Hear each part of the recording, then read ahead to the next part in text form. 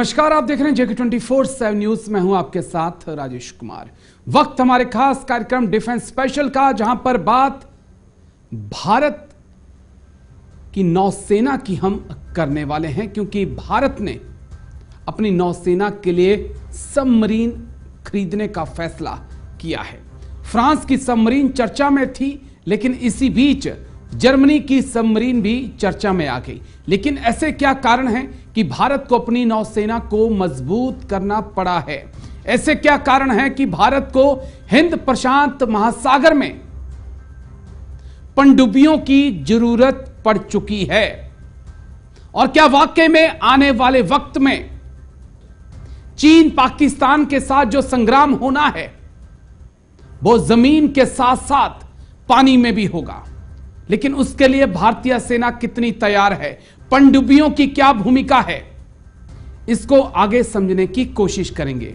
लेकिन middle east का जो तनाव है वो चरम पे पहुंचता हुआ नजर आ रहा है। जिस प्रकार से अमेरिका के 3 जवानों की मौत हुई और आरोप ईरान पे लगा, और उसके बाद बाइडेन ने कहा कि अब हम भी देख लेंगे, तो क्या अब तेहरान का नंबर लगने वाला है? एक्सपर्ट हमारे साथ जुड़ेंगे, उनसे हर एंगल को समझने की कोशिश करेंगे कि क्या वाकई में जो बाइडेन चुनावों में जाने से पहले ईरान को सबक सिखाना चाहेंगे। बहुत इंटरेस्टिंग सवाल होगा जिसको समझेंगे। लेकिन फ्रांस के राष्ट्रपति मैक्रों भारत के दौरे पर आए, प्रधानमंत्री मोदी से मुलाकात हुई, गणतंत्र दिवस के मौके पर उन्होंने भारत की ताकत भी देखी।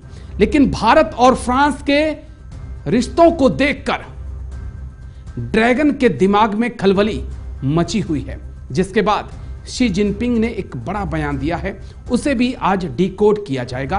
लेकिन शुरुआत बड़ी खबर के साथ करेंगे।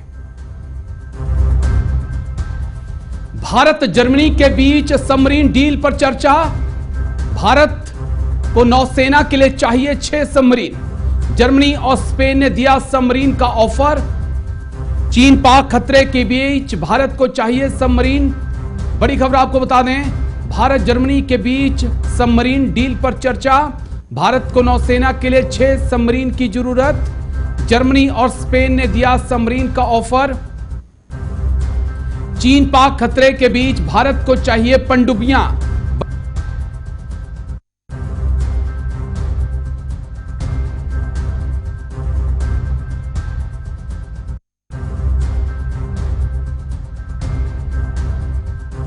चीन पाक खतरे के बीच भारत को चाहिए सबमरीन। बड़ी खबर आपको बता दें, भारत जर्मनी के बीच सबमरीन डील पर चर्चा। भारत जर्मनी के बीच सबमरीन डील पर चर्चा होगी। भारत को नौसेना के लिए चाहिए सबमरीन। बड़ी खबर आपको बता दें, जर्मनी और स्पेन ने दिया सबमरीन का पनडुब्बी का ऑफर। लेकिन क्या पूरा माजरा है, पहले ग्राफिक्स के जरिए मोटी मोटी जानकारी मैं आपको दे दूं, उसके बाद एक्सपर्ट्स के पास चलेंगे, उन्हीं से समझने की कोशिश करेंगे कि क्यों सबमरीन जरूरी है। भारत के लिए सबमरीन क्यों जरूरी है? सबमरीन यानी कि पनडुब्बी। नौसेना के लिए, भारतीय नौसेना के लिए इस वक्त भारत P-75 प्रोजेक्ट पे काम कर रहा है। इसको एक्सपर्ट से समझने की कोशिश करेंगे। चीन के पास जो जानकारी हमें मिल पाई, अभी तक 66 के आसपास सबमरीन है। भाई पाकिस्तान की बात करें तो पाकिस्तान के पास 5 से 7 पनडुब्बी होने की बात जो है वो सामने आई है। भाई भारत की बात अगर हम करते हैं तो 17 सबमरीन भारत के पास हैं। लेकिन आपको बे ऑफ बंगाल, हिंद प्रशांत महासागर, हर जगह अपनी मौजूदगी बनाकर रखनी है। और जब दुश्मन के पास 66 सबमरीन हैं और आपके पास 17 हैं, तो ये अंतर बहुत ज्यादा है। लेकिन जब इन 66 में आप पाकिस्तान की भी 7 से 8 सबमरीन को मिला लेंगे तो आंकड़ा 75 के आसपास पहुंच जाता है। तो भारत का ये आंकड़ा बहुत कम लगता है। यही कारण है कि भारत लगातार अपनी सबमरीन की जो क्षमता है, जो संख्या है, उसे बढ़ाने पर जोर दे रहा है। भारत फ्रांस से ले रहा है सबमरीन, इसकी चर्चा जब मैक्रों भारत आए थे तो बातचीत हुई है। Next graphics. जर्मनी स्पेन से भी बातचीत चल रही है आधुनिक सबमरीन के लिए। हिंद महासागर में चीन का दखल जो है वो लगातार बढ़ता जा रहा है। चीन पाक मिलकर भारत को हिंद महासागर में, हिंद प्रशांत महासागर में घेरने की कोशिश कर रहे हैं। AIP तकनीक से लैस होगी जर्मन की पनडुब्बी, काफी आधुनिक मानी जाती हैं जर्मन की पनडुब्बियां। लंबे समय तक समुद्र के अंदर रहने की इसके अंदर क्षमता होगी। लेकिन बड़ा सवाल यही कि क्या वाकई में आने वाले वक्त में ब्लू वाटर के अंदर जंग होगी? जंग का मैदान क्या समुद्र होगा? और जिस प्रकार से चीन ने 66 से ज्यादा सबमरीन बना रखी हैं, जिस प्रकार से चीन के पास दुनिया की सबसे बड़ी नौसेना है, भारत के लिए यह कितना बड़ा खतरा है, इसे ही डिकोड करने की कोशिश करेंगे। दो खास मेहमान आज चर्चा में हमारे साथ जुड़ चुके हैं। कर्नल JS सोडी सर हमारे साथ जुड़ चुके हैं, बहुत बहुत शुक्रिया सर। जय हिंद। सबसे पहले जय Hind Rajesh ji. Thank you sir समय देने के लिए। डॉक्टर महेंद्र सिंह हैं, विदेश मामलों के जानकार हैं, बहुत बहुत शुक्रिया महेंद्र जी। जय हिंद आपको भी। शुक्रिया महेंद्र जी समय देने के लिए, thank you sir. Colonel Sodhi sir, चर्चा की शुरुआत आपके साथ करना चाहूंगा P-75 प्रोजेक्ट। लेकिन जब चीन की बात करता हूं तो 66 से ज्यादा सबमरीन, फिर पाकिस्तान की अगर मैं जोड़ देता हूं 5 से 7 सबमरीन, तो आंकड़ा 75 के आसपास पहुंच जाता है। भारत 17 पे अटका हुआ है, फ्रांस से बातचीत जारी है, जर्मनी सबमरीन देने को तैयार है। लेकिन मेरा जो अहम पॉइंट था कि क्या वाकई में आने वाले वक्त में जो वॉर होगा वो ब्लू वाटर के अंदर होगा? सर राजेश जी, ये मेरा सौभाग्य कि मैं आपकी न्यूज चैनल में विख्यात को पैनलिस्ट के साथ हूं। 8 जुलाई 2013 को विन वीपू, जो कि चीनी सरकार का अखबार और हांगकांग से प्रकाशित होता है, उसमें एक लेख छपा था जिसका शीर्षक था 6 जंग जो चीन लड़ेगा अगले 50 साल में। इस श्रृंखला में जंग नंबर 3 का जिक्र है कि 2035 में पाकिस्तान और चीन एक 2 फ्रंट वॉर करेंगे भारत पे। पाकिस्तान करेगा जम्मू कश्मीर के लिए और उसी वक्त चीन करेगा अरुणाचल प्रदेश के लिए। अगर हम सारी टाइम लाइन्स देखें तो ये सारी टाइम लाइन्स 2035 के 2 फ्रंट वॉर पे लेके जा रही हैं। इसके बारे में मैं 1 घंटा बोल सकता हूं, लेकिन आज वो विषय नहीं है, इसलिए मैं यहां तक सीमित रखूंगा। मैं सीधा आपके प्रश्न पे आता हूं। चीन की नौसेना ऑलरेडी दुनिया की सबसे बड़ी नौसेना है। आज की तारीख में उनके पास 370 युद्धपोत और पनडुब्बियां हैं। जैसे हम बातचीत कर रहे हैं आपके चैनल पे, चीन के नेवल डॉकयार्ड्स में इस वक्त दिन रात काम चल रहा है 3 एयरक्राफ्ट कैरियर बनाने का, 21 परमाणु पनडुब्बियां बनाने का और 200 युद्धपोत बनाने का। और ये जो दिन रात चीन में काम चल रहा है, ये सारा जो काम खत्म होना है 2030 तक होना है। और अगर हम ये सारे बिंदु मिलाएं तो चीन इतनी बड़ी तादाद में अगर परमाणु पनडुब्बियां और युद्धपोत पार्टी के लिए नहीं बना रहा, शांति के प्रस्ताव के लिए नहीं बना रहा जी, वो एक युद्ध के लिए बना रहा है। मैं एक और टिप्पणी करना चाहूंगा राजेश जी। हम दशकों से सुनते आए थे कि चीन भारत को स्ट्रिंग ऑफ पर्ल्स के जरिए घेरना चाहता है समुद्री रास्ते से। चीन की प्लानिंग स्ट्रिंग ऑफ पर्ल्स के तहत पूरी हो चुकी है।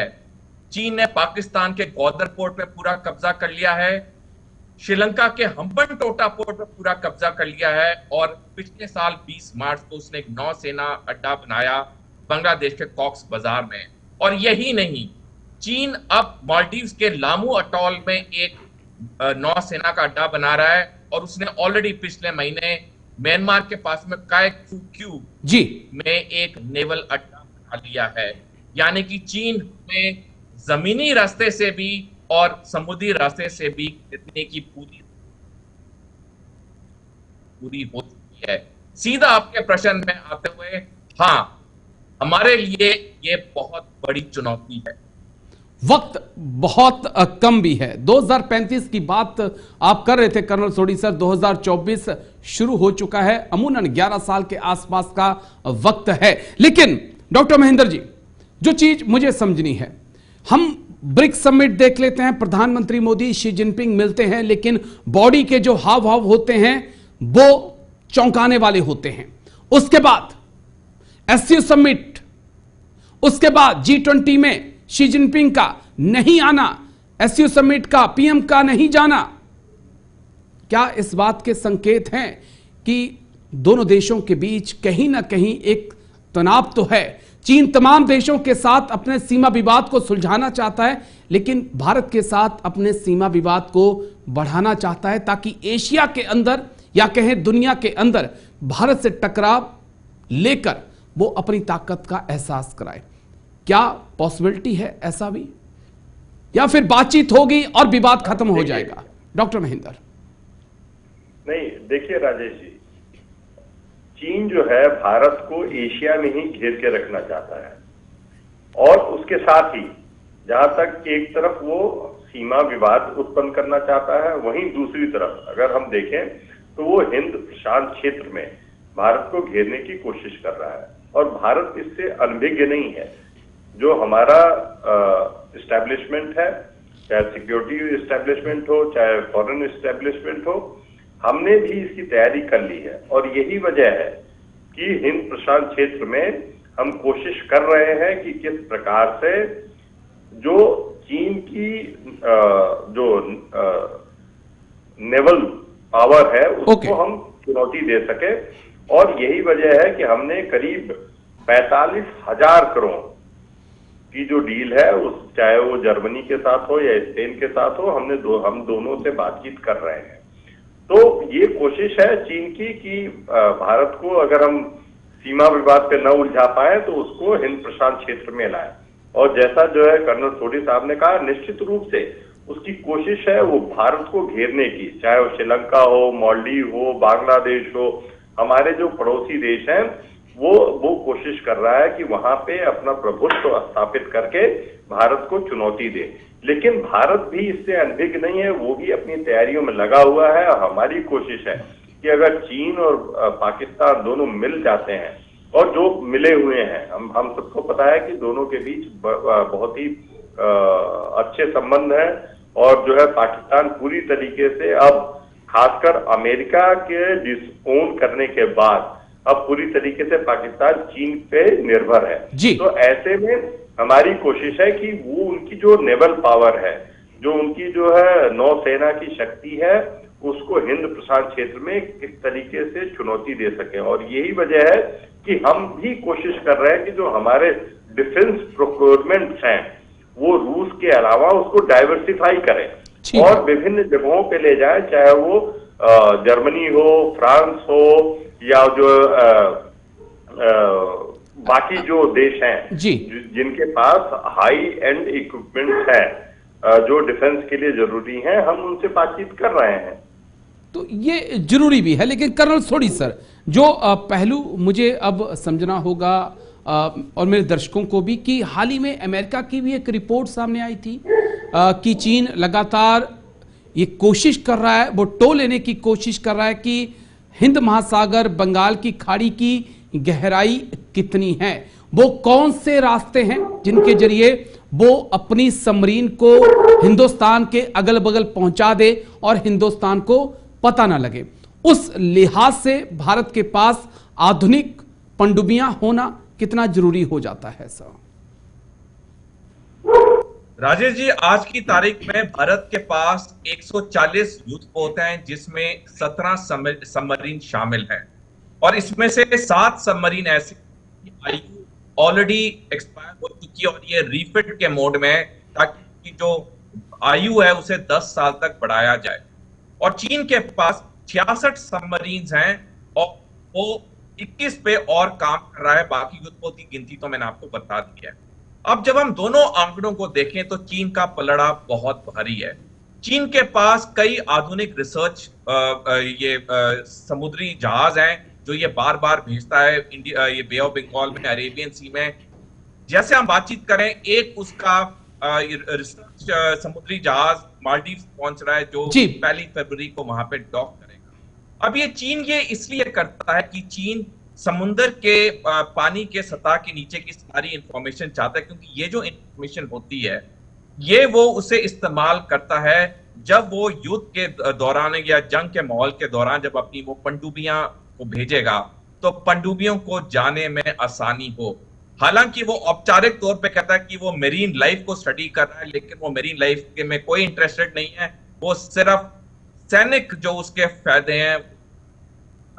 तो जहां तक भारत की बात है, हमारे पास में कम है। हमें सबसे पहले उन देशों के साथ करना चाहिए जहां हमें ये युद्धपोत पनडुब्बियां मिले और एक कम टाइम फ्रेम में मिले, क्योंकि हमें 5 से 6 साल के अंदर अगर ये मिलती हैं तो उसे इंडक्शन होना, उसकी ट्रेनिंग होना और जो हमारे सेलर्स हैं उसके साथ कस्टम होना, ये टाइम लगता है। हम लोग जानते हैं अगर एक छोटी सी पिस्तौल भी फायर करनी हो तो उसके लिए भी कितनी ट्रेनिंग होती है, नई पिस्तौल इंडक्ट हो सेना में। तो ये हम पनडुब्बी की बात कर रहे हैं। तो हमारे पास वक्त कम है और जितनी जल्दी हम इस पे काम करेंगे, जितनी जल्दी चाहे जर्मनी से, स्पेन से हम ये सब पनडुब्बियां की डील करेंगे, उतना हमें फायदा। और ये कम से कम टाइम फ्रेम में हमें ये डिलीवरी होनी चाहिए, वो सबसे बड़ी और अहम चीज है। डॉक्टर महेंद्र, मैं आपके पास आऊंगा, लेकिन 1 मिनट मुझे चाहिए होगा कर्नल सोढी सर के पास एक और सवाल लेकर साथ ही साथ। लेकिन कर्नल सोढी सर, मैं एक अलग एंगल से चीजों को अगर देखना चाहूं कि भारत को साउथ चाइना सी में जंग लड़ने के लिए नहीं जाना है, चीन को जंग लड़ने के लिए भारत के पास आना है। अगर वाकई में युद्ध जैसे हालात बनते हैं तो उसके लिए फिर पीछे से सप्लाई की भी जरूरत होगी, अम्युनिशन, हथियार, सब कुछ चाहिए होगा। तो ये एक भारत का प्लस पॉइंट भी है। चीन बेशक 60 क्या 100 बना ले, लेकिन जब वो मलक्का स्टेट से भारत के अंदर एंटर करेगा तो मजबूती भारत की यहां पर बनी रहेगी। कैसे हम इस लिहाज से देखें? राजेश जी, पिछले साल नवंबर में अमेरिका के पेंटागन की एक डिपार्टमेंट ऑफ डिफेंस रिपोर्ट में कहा गया कि चीन पूरी तरह सक्षम और सार्थक है ताइवान पे कब्जा करने के लिए, क्योंकि उसकी जो सैनिक शक्ति है, चाहे नौसेना की चाहे उसकी थल सेना की, वो बहुत ज्यादा बढ़ चुकी है। तो जहां तक चीन ताइवान पे लेने के लिए तो पूरी तरह तैयार है आज की तारीख में। अब जहां तक भारत की बात है, वो ये जो अपना नौसेना का बेड़ा इतनी स्पीड पे बना रहा है, ये इसलिए कर रहा है कि जब भी वो जंग करेगा उसका जो मेन इंटरेस्ट है वो है अरुणाचल प्रदेश। उसको भारत के किसी और हिस्से में कोई दिलचस्पी नहीं है। अरुणाचल प्रदेश पे हमला करने के लिए जब वो कोशिश करेगा, उस वक्त वो अपने नौसेना के बेड़े को यहां पे भेजेगा, ये बे ऑफ बंगाल में, अरेबियन सी में, ताकि वो भारत का नेवल ब्लॉकेड कर सके, ताकि भारत को बाहर से कोई सप्लाई ना आ सके। देखिए, अगर हम भारत का नक्शा देखते हैं, जो थल सेना का जो जमीनी रूप है उस पे ने पूरी तरह से हमें घेर लिया, क्योंकि पाकिस्तान और चीन की गहरी दोस्ती है, उनकी इंटरऑपरेबिलिटी हो रही है सेनाओं के बीच में। तो जमीनी रास्ते से तो चीन हमें पूरी तरह से ऑलरेडी घेरा हुआ है। समुद्री रास्ते में जब ये नौसेना को इतनी बड़ी स्पीड में बना रहा है और ये जब इसके युद्धपोत बन जाएंगे, वो हमें यहां से भी घेरने की कोशिश करेगा। तो आज की तारीख में भी चीन हमसे 30 साल डिफेंस प्रिपेयर्डनेस में आगे है। अगर हम सोचेंगे कि हम 10 साल में चीन को मात दे देंगे डिफेंस तैयारी में, तो चीन भी तो 10 साल सोएगा नहीं, वो तो दिन रात वहां पे काम कर रहा है। तो आज की तारीख में पलड़ा भारी है चीन की तरफ, लेकिन भारत इस पलड़े को अपनी तरफ कर सकता है अगर हम 2 अहम चीजें करें, जो मैं आपके दर्शकों से अनुरोध करूंगा। सबसे पहला, भारत को चीन की आर्थिक चुंगल से निकलना होगा। हम सारे भारतीय नागरिक को कसम खानी चाहिए कि हम मेड इन चाइना का एक भी सामान नहीं खरीदेंगे। बेशक हम मेड इन इंडिया हमें थोड़ा महंगा मिले, लेकिन हम चीन की बनी हुई एक भी चीज नहीं खरीदेंगे। दूसरी चीज, हमारे रक्षा बजट पे इजाफा करना होगा, ताकि हमारा यहाँ पे जो स्पीड है उस स्पीड में और तीव्र गति आए, क्योंकि समय हमारे पास कम है और हमने करना बहुत ज्यादा काम। ठीक है सर, एक बड़ी खबर है डॉक्टर महेंद्र, उसके बाद मैं आपके पास लौट रहा हूं। जॉर्डन में अमेरिकी मिलिट्री बेस पर हवाई हमले में 3 सैनिकों की मौत, 34 सैनिक घायल। ईरान समर्थित आतंकी ग्रुप ने ली जिम्मेदारी। ईरान के खिलाफ एक्शन ले सकता है अमेरिका। बड़ी खबर आपको बता दें इस वक्त के, जॉर्डन में अमेरिकी बेस पर हवाई हमले में 3 सैनिकों की मौत, 34 सैनिक घायल। ईरान समर्थित आतंकी ग्रुप ने ली हमले की जिम्मेदारी। ईरान के खिलाफ एक्शन ले सकता है अमेरिका। जल्दी से ग्राफिक्स उसके बाद जो बाइडेन ने क्या कुछ कहा वो सुनाएंगे, लेकिन पहले ग्राफिक्स के जरिए जल्दी से छोटी सी जानकारी दर्शकों को दे दें। ईरान पर एक्शन की तैयारी, जॉर्डन में अमेरिकी बेस के ऊपर हमला होता है, 3 सैनिकों की मौत हो चुकी है, 34 के आसपास सैनिक घायल हैं। Syria Iran Jordan, Syria Iraq, माफ करिएगा, सीरिया इराक जॉर्डन सीमा पर यह बेस था जहां पे हमला हुआ है। अमेरिका के 3000 सैनिक यहां पर तैनात हैं। इस्लामिक रेजिस्टेंस ग्रुप ने यह हमला किया, उसने जिम्मेदारी ली। इस्लामिक रेजिस्टेंस ग्रुप के पीछे ईरान की ताकत है। सैनिकों की मौत से गुस्से में बाइडेन, ईरान ने आतंकियों से कराया हमला, यह अमेरिका ने कहा।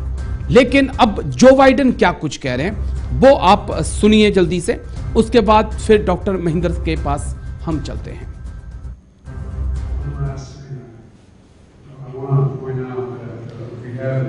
हम आतंक से लड़ने की अपनी प्रतिबद्धता को आगे बढ़ाएंगे और इसमें कोई संदेह नहीं, हम इसके लिए जिम्मेदार लोगों को जवाबदेह ठहराएंगे। ये जो बाइडेन की स्टेटमेंट आई है।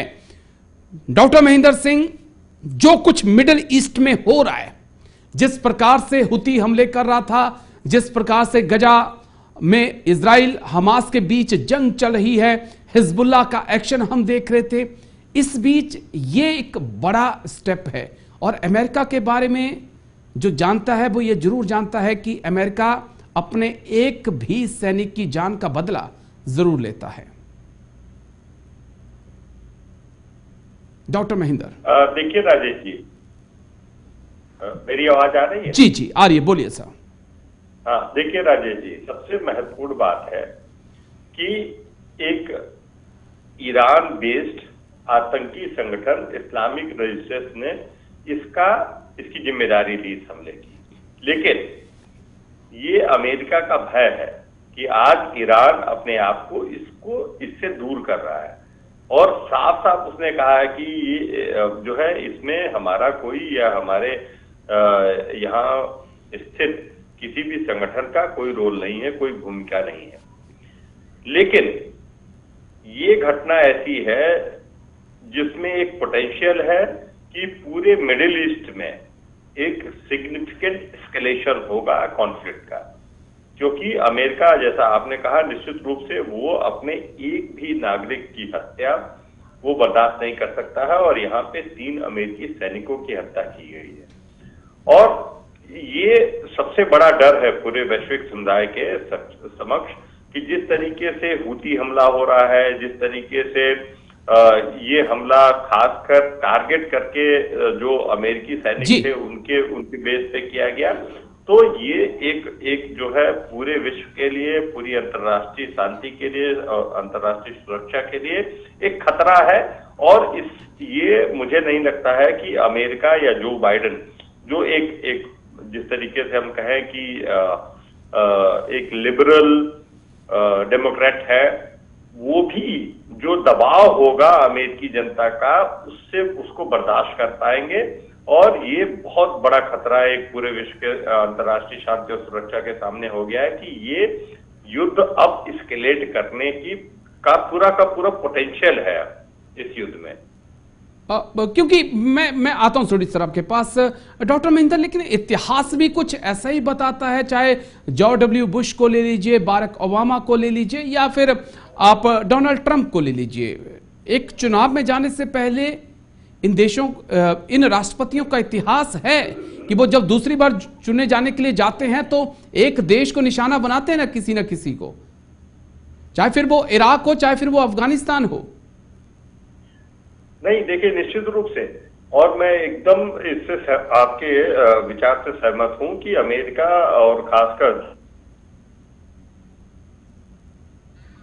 की कोशिश होती है कि वहां पे भी जिस तरीके से जो एक राष्ट्रभक्ति की भावना है उस पे काम किया जाए। लेकिन इस तरह, चाहे वो 9/11 हो, चाहे इस तरीके से मैं आपकी आवाज चेक कराता हूं, मैं रिक्वेस्ट करूंगा थोड़ा सा सर की आवाज चेक करिएगा। डॉक्टर महेंद्र की कुछ समस्या आ रही है। कर्नल सोडी सर, मैं आपके पास आना चाहूंगा। कर्नल सोडी सर, अमेरिका के सामने इस वक्त पहले 4 चुनौतियां थी, लेकिन मुझे अब 3 चुनौतियां दिखाई पड़ती हैं। रूस काफी कमजोर हो चुका है। वो ताकत रूस के अंदर बची नहीं, लेकिन अमेरिका को आंख या तो बीजिंग दिखा रहा है, या नॉर्थ कोरिया दिखा रहा है, या फिर तेहरान दिखा रहा है। क्या अब तेहरान अगला नंबर हो सकता है? क्योंकि ऐसी भी खबरें हैं कि अगर ईरान को नहीं रोका गया तो आने वाले वक्त में परमाणु हथियार वो बना लेगा, और परमाणु हथियार बना लिए तो फिर अमेरिका का ईरान तक पहुंचना, उसे रोकना मुश्किल हो जाएगा। सोडी साहब। राजेश जी, पिछले साल 2 अक्टूबर को अमेरिका की खुफिया एजेंसी CIA ने बयान दिया था कि ईरान 2 हफ्ते में परमाणु बम बना सकता है, और उस बात को 3 महीने से ज्यादा हो चुके हैं। ईरान के पास परमाणु बम बिल्कुल फाइनल स्टेजेस में होगा, बस उसने 1-2 पुर्जे ज्वाइन करने होंगे। जहां तक अमेरिका की बात है, अमेरिका कभी ईरान पे हमला नहीं करेगा, क्योंकि इस वक्त अमेरिका की अपनी हालत बहुत खस्ता है। डोनाल्ड ट्रंप जो बार बार कह रहा है कि मैं युद्ध नहीं करना चाहता, उसकी पॉपुलैरिटी रेटिंग अभी कुछ दिन पहले रिलीज हुई, हाईएस्ट है 51% के साथ। और जो बाइडेन की, जो युद्ध के पीछे पड़े हुए हैं, उनकी पॉपुलैरिटी रेटिंग सबसे कम है 32% पे। अमेरिका की इकोनॉमी बिल्कुल खत्म हो चुकी है।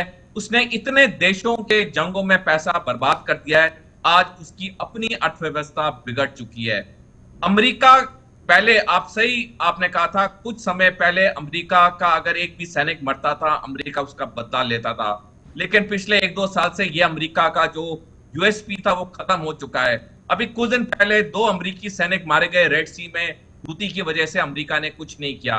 जॉर्डन में 3 मारे गए, अमेरिका कुछ नहीं करेगा, क्योंकि अमेरिका इस हालात में नहीं है कि वो और जंगों में हिस्सा ले सके। इसीलिए अमेरिका बार बार 7 अक्टूबर से इजराइल को कह रहा है कि इस जंग को जल्दी खत्म करो, अन्यथा तुम्हारे लिए मुसीबत आ जाएगी।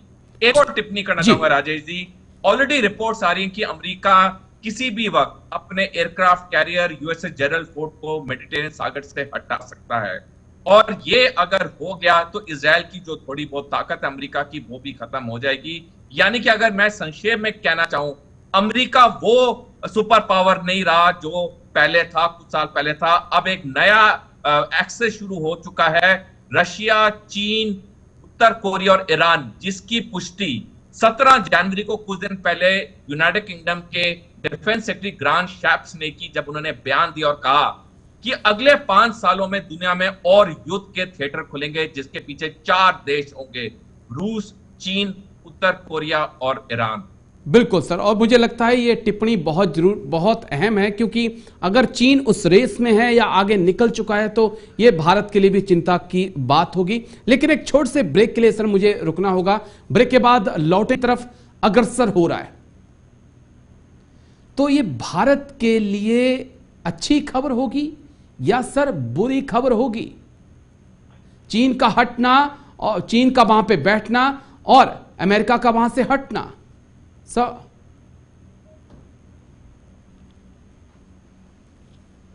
डॉक्टर महेंद्र जी राजेश जी बोलिए सर। निश्चित रूप से ये भारत के लिए अगर ऐसा होता है तो भारत के लिए चिंता का विषय है, लेकिन मुझे नहीं लगता है कि फिलहाल अगर हम रिसेंट पास्ट में फ्यूचर में देखें तो चीन की न सैन्य क्षमता वैसी है, न चीन की आर्थिक क्षमता वैसी है कि वो अमेरिका को चुनौती दे सके, जहां तक एक पूरे विश्व की महाशक्ति के रूप में उभरने की बात है। तो अभी चाहे वो न्यूक्लियर वॉर हेड हो, अगर हम कन्वेंशनल रूप से किसी भी देश की राष्ट्रीय शक्ति को, नेशनल पावर को आंकने की कोशिश करें, तो अभी चीन बहुत ही दूर है अमेरिका से। इसलिए चीन कभी भी अमेरिका से टकराने की सीधे रूप से कोशिश नहीं करेगा। और जैसा तमाम अटकलों के बावजूद चीन ने रूस का साथ नहीं दिया यूक्रेन युद्ध में, जबकि अमेरिका ने खुल के अगर हम कहें तो अमेरिका ने यूक्रेन का साथ दिया। जहां तक भारत का प्रश्न है, निश्चित रूप से भारत ने 2014 के बाद अपने डिफेंस प्रोक्योरमेंट को डाइवर्सिफाई करने की कोशिश की है, जैसा मैंने पहले कहा, और हम रूस के ऊपर निर्भर थे।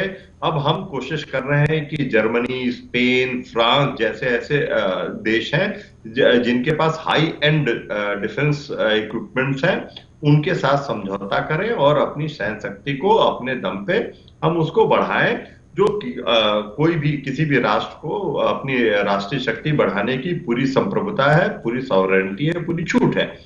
लेकिन मुझे नहीं लगता है तमाम उसके बावजूद निश्चित रूप से जो बाइडेन की अगर हम बात करें तो अमेरिका अभी एक जिसे कहें, मैं वीक नहीं कहना चाहता हूं, लेकिन एक ऐसी लीडरशिप में है जो थोड़ा सा कंफ्यूज्ड है। अगर हम बात करें चाहे वो आइडियोलॉजिकल लेवल पे, चाहे जो है वो इस तरीके से जो अंतर्राष्ट्रीय जो विवाद है, अंतर्राष्ट्रीय जो संघर्ष है, उनको सुलझाने में थोड़ा कंफ्यूज दिखाई देते हैं। लेकिन इसका ये कतई मतलब किसी भी देश को या किसी भी राष्ट्र को ये नहीं निकालना चाहिए कि अमेरिका जो है वो एक महाशक्ति के रूप में फिलहाल उसको चीन से कोई बहुत बड़ी चुनौती मिल रही है। ठीक है सर। कलसोड़ी सर, एक चीज और जो मेरे जहन में चल रही थी जब डॉक्टर महेंद्र अपनी बात रख रहे थे कि जब चीन की बात होती है, एक बड़ा अभ्यास फरवरी के महीने में होने जा रहा है, 50 देश उसका हिस्सा होंगे। कॉर्ड्स की बात होती है, कॉर्ड प्लस की बात होती है, फिर ऑक्स की बात होती है, फिर तमाम वो देश हैं, उसमें जापान है, साउथ कोरिया है, वियतनाम है, जिनकी चीन से बनती नहीं है। हम इकलौते नहीं हैं, तमाम ऐसे देश हैं जो चीन के खिलाफ हैं। तो क्या ये लोकतांत्रिक देश, अगर ताइवान के ऊपर चीन जाए तो क्या उसके साथ आ सकते हैं, या भारत के साथ चीन की जंग हो तो ये भारत के साथ खड़े हो सकते हैं? कहने का मतलब क्या वाकई में क्वाड या क्वाड प्लस जो है वो आने वाले वक्त में एक मिलिट्री अलायंस के तौर पर खड़ा होकर चीन को जवाब दे सकता है? कलसोड़ी सर। राजेश जी, 2014 में चीन की सेना पीएलए ने अपनी मिलिट्री डॉक्ट्रिन का ऐलान किया था, जिसमें उन्होंने लिखा था कि चीन पूरी दुनिया में किसी भी देश के साथ दुनिया के किसी कोने में सारी 6 डोमेन में लड़ने के लिए, और वो 6 डोमेन है जमीन, आसमान, समुंदर, साइबर, इलेक्ट्रोमैग्नेटिक स्पेक्ट्रम और स्पेस। और ये जो ऐलान 2014 में चीन की सेना ने किया, ये आज तक दुनिया की किसी सेना ने किया है, अमेरिका तक ने ऐसा ऐलान नहीं किया है। तो जहां तक चीन की सेना की कॉम्बैट पोटेंशियल है, वो मीलों आगे पूरी दुनिया की देशों की सेनाओं से। अब जहां तक आपका प्रश्न है कि क्या हमारी कोई मदद करेगा या ताइवान की मदद करेगा, हमारी ना हमारी कोई मदद करेगा, ना ताइवान की मदद करेगा। हमने इसका एक झलक देख ली यूक्रेन में। यूक्रेन आज तक तर्क किया, लेकिन अमेरिका या नाटो ने एक सैनिक नहीं भेजा। हथियार भेजे, हवाई जहाज भेजे, हवाई जहाज भी वहां पहुंचने में 5 साल लगेंगे। जो हथियार भेजे वहां पे यूक्रेन की सेना के पास ट्रेनिंग का समय नहीं है। यानी कि जब जैसे जिंदगी में किसी आदमी पे आपदा आती है तो उसके कोई नजदीक नहीं आता, उससे जिंदगी की जंग खुद लड़नी पड़ती है। उसी तरह चाहे ताइवान हो चाहे भारत हो, हमें अपनी तैयारी खुद करनी चाहिए। अगर हमारी कोई मदद करेगा तो शायद एक आधा युद्धपोत भेज देगा, लेकिन इसके अलावा कोई कुछ नहीं करेगा। अमेरिका तो बिल्कुल मदद नहीं करेगा। ये जो छोटे मोटे आसियान के देश हैं, ये तो कुछ करने की भी कोशिश करेंगे तो चीन इन्हें करने नहीं देगा। यानी कि चाहे ताइवान हो चाहे भारत हो, हमें अपनी जंग खुद लड़नी होगी। डॉक्टर महेंद्र, मैं आपके पास आऊंगा, लेकिन एक मिनट मुझे फिर चाहिए होगा कर्नल सोडी सर के पास जाने का, क्योंकि सर बहुत इंटरेस्टिंग बातें बता भी रहे हैं। और सर मेरा एक सवाल और भी है, 1979 के बाद चीन की आर्मी ने कोई जंग नहीं लड़ी है सर। उसके पास वो फौज है जिसने सामने से आने वाली गोली का एहसास नहीं किया है। लेकिन जब भारत की बात आती है तो यहां पर वो सैनिक मौजूद हैं जो अपने सर्विस काल के दौरान कहीं ना कहीं गोलियों का आमना सामना करते हैं सर। चीजें क्या वाकई में इतनी आसान हो जाएंगी? और क्योंकि एक एग्जांपल और भी, जब नैन्सी पेलोसी आ रही थी, ताइवान के ऊपर इतना आक्रामक चीन हुआ, लेकिन उसके बाद भी कुछ नहीं कर पाया। तो क्या ऐसा तो नहीं है कि एक गुब्बारा है जिसके अंदर शी जिनपिंग ने हवा भर रखी है, उसमें पिन लगाने की जरूरत होगी, पूरी हवा निकल जाएगी सर? पॉसिबिलिटी नहीं है? राजेश जी, जहां तक चीन की बात है, चीन जो आगे आने वाले समय में जंग करेगा वो पूरा काइनेटिक जंग नहीं होगा। यानी कि दो सैनिक आपस में लड़ेंगे नहीं जी, क्योंकि चीन पहले नॉन काइनेटिक वॉरफेयर करेगा। पहले वो साइबर और इलेक्ट्रोमैग्नेटिक स्पेक्ट्रम वॉरफेयर करेगा, फिर रॉकेट फोर्स का इस्तेमाल करेगा और अंत में अपने सैनिक भेजेगा। इसका एक छोटा नमूना आपको बताना चाहूंगा। पिछले साल 7 अक्टूबर को जब हमास ने इजराइल पे हमला किया, 6:30 बजे उन्होंने सवेरे हमला शुरू किया, 6:50 तक 20 मिनट तक आईडीएफ को पता भी नहीं चला कि हमस के आतंकवादी इजराइल के 15 मील के अंदर तक आ चुके हैं, कत्लेआम कर रहे हैं। क्यों? क्योंकि हमस ने आईडीएफ के पूरे इलेक्ट्रोमैग्नेटिक स्पेक्ट्रम को जैम कर दिया, यानी कि आईडीएफ को भनक भी नहीं लगी। और हमस ये अकेले नहीं कर सकता है, हमस की मदद की थी चीन ने। तो ये एक छोटा सा ट्रेलर था। मैं आपके दर्शकों से अनुरोध करूंगा, जब भी उन्हें समय मिले वो 3 किताबें जरूर पढ़ें जो कि चीन के बारे में बहुत अच्छी तरह लेखकों ने लिखा है। पहली किताब है the last war by Praveen Sawhney, दूसरी किताब है when China attacks by colonel Grant Newsham, और तीसरी किताब है stealth war by brigadier general Robert Spalding. इन तीनों लेखकों ने बड़े फैक्ट और फिगर्स के साथ और बिल्कुल एक निरपक्ष अंदाज में चीन के बारे में लिखा है। और अगर आपके दर्शक ये 3 किताब पढ़ेंगे तो वो जान जाएंगे कि चीन की जो ताकत है उससे अमेरिका भी डर रहा है आज की तारीख। चर्चा बहुत इंटरेस्टिंग मोड पे पहुंच गई है डॉक्टर महेंद्र, लेकिन जो चीज अब मेरे लिए समझना बहुत जरूरी हो जाती है कि क्या शी जिनपिंग या चीन की आंखें बंद हैं?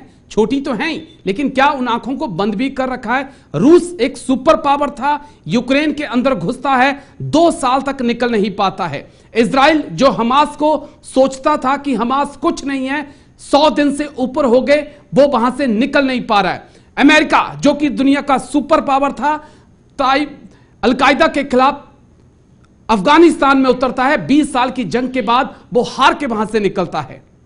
तो क्या वाकई में ताइवान और भारत के अंदर चीन घुसेगा? क्या इन चीजों को देख नहीं रहा है कि घुसना तो आसान होगा, लेकिन इस जंग से बिना हार के निकलना भी मुश्किल होगा? राजेश जी, मैं सिर्फ एक उदाहरण देना चाहता हूं। तमाम चीन ने कोशिशें की ताइवान में चुनाव को प्रभावित करने की, लेकिन चीनी समर्थित जो प्रत्याशी थे वो बुरी तरीके से पराजित हुए। जो तानाशाही शासन होता है उसमें जो आत्मबल होता है, आत्मशक्ति होती है युद्ध लड़ने की, वो कतई नहीं होती है और किसी कीमत पे नहीं होती है।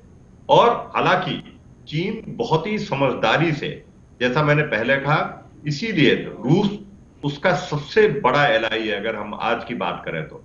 लेकिन रूस के भी समर्थन में चीन खुल के नहीं सामने आया। जिस प्रकार से रूस को उम्मीदें थी हथियारों की सप्लाई की, वो भी चीन ने नहीं की। चीन आज की तारीख में किसी भी सैन्य उलझन में फंसना नहीं चाहता है।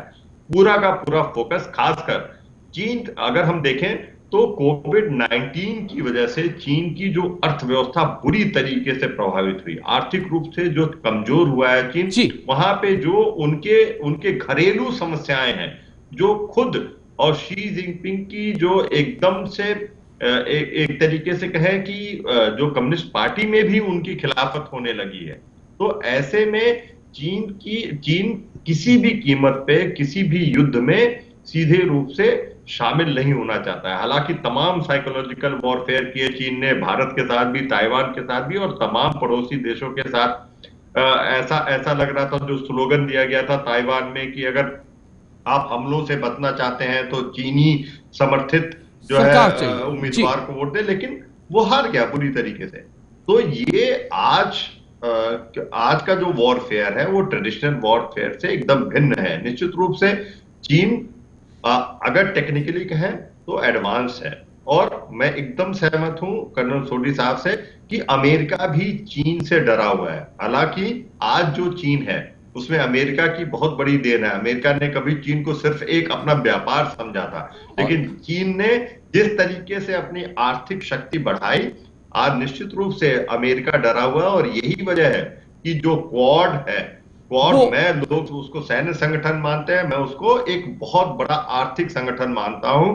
कोशिश है कि चीन को घेरने की, कोशिश है कि किस तरीके से चीन जो पूरे विश्व का एक है कि मार्केट बना हुआ है, जो पूरे विश्व का एक सप्लाई चेन का जो है हब बना हुआ है, उसको तोड़ने की, और यही कोशिश है। अगर वो टूट गया ये तो सब कुछ टूट जाएगा। सर, समय का थोड़ा सा अभाव है। बहुत इंटरेस्टिंग आज बातचीत हुई है। कभी कभी ऐसे गेस्ट हमें मिल जाते हैं कि उनको सुनने का हमें और हमारे दर्शकों को बहुत मजा भी आता है, बहुत चीजें आप लोगों से सीखने को भी मिलती हैं। लेकिन बहुत बहुत शुक्रिया आप दोनों का। कर्नल जय सोडी सर, बहुत बहुत शुक्रिया, और डॉक्टर महेंद्र जी आपका बहुत बहुत शुक्रिया मेरे साथ खास चर्चा में हिस्सा लेने के लिए। अंत में एक ही बात कि दुश्मन को कभी भी कमजोर नहीं समझना है। रूस ने यूक्रेन को कमजोर समझा, 2 साल से अटका हुआ है। इजराइल ने हमास को कमजोर समझा और 100 दिन से ज्यादा के दिन हो चुके हैं। जंग अभी भी जारी है। ये भारत के लिए भी और चीन के लिए भी ये लाइन कि दुश्मन को कभी भी कमजोर मत समझिए। तो डिफेंस स्पेशल में आज इतना ही। कल फिर होगी मुलाकात। दीजिए इजाजत। नमस्कार।